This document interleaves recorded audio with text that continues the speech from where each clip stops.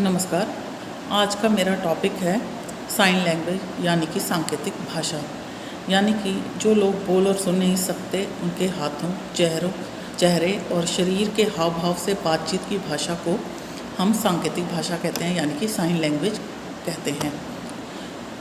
दूसरी लैंग्वेजेस की तरह ही सांकेतिक भाषा की अपनी ही ग्रामर है और रूल्स हैं, लेकिन ये भाषा जो है बोली नहीं जाती।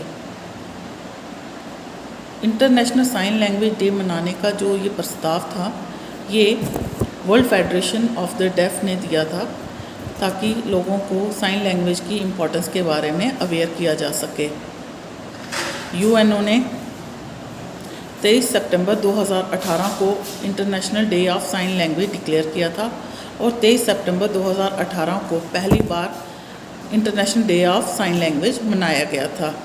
और इसके साथ ही इंटरनेशनल वीक जो है फॉर साइन लैंग्वेज 24 सितंबर से 30 सितंबर को मनाया जाता है। इस विशेष दिन की घोषणा के साथ ही इससे जुड़ी सेवाओं को डेफ लोगों तक पहुंचाने पे जोर दिया गया। According to world federation for deaf, overall world में 70 मिलियन यानी कि 7 करोड़ से ज़्यादा लोग हैं जो कि डेफ हैं, और इनमें से 80% जो लोग हैं वो डेवलपिंग कंट्रीज़ में रहते हैं।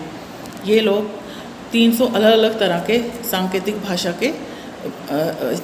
भाषा का इस्तेमाल करते हैं, यानी कि साइन लैंग्वेजेस को यूज़ करते हैं, जिन्हें सुनाई नहीं देता, जहाँ कम सुनाई देता है, या फिर जो बोल नहीं सकते, उनके लिए साइन लैंग्वेज ही कम्युनिकेट करने का एकमात्र तरीका है।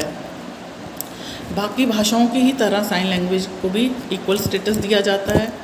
दुनिया भर की गवर्नमेंट्स की ये जिम्मेदारी है कि वो साइन लैंग्वेज को सिखाने और इसकी पहचान को बढ़ावा दे।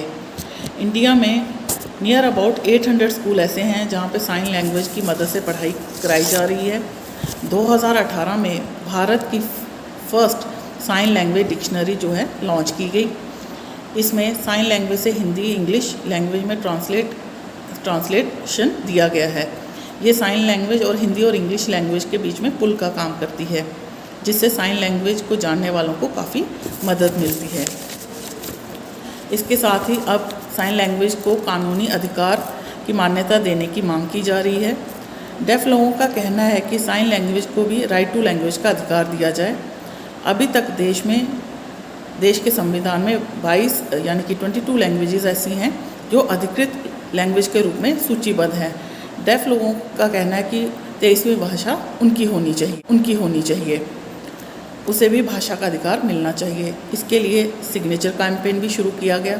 साल भर में 50,000 से ज़्यादा लोग साइन करके साइन लैंग्वेज के अधिकार की ज़रूरत को जता चुके हैं।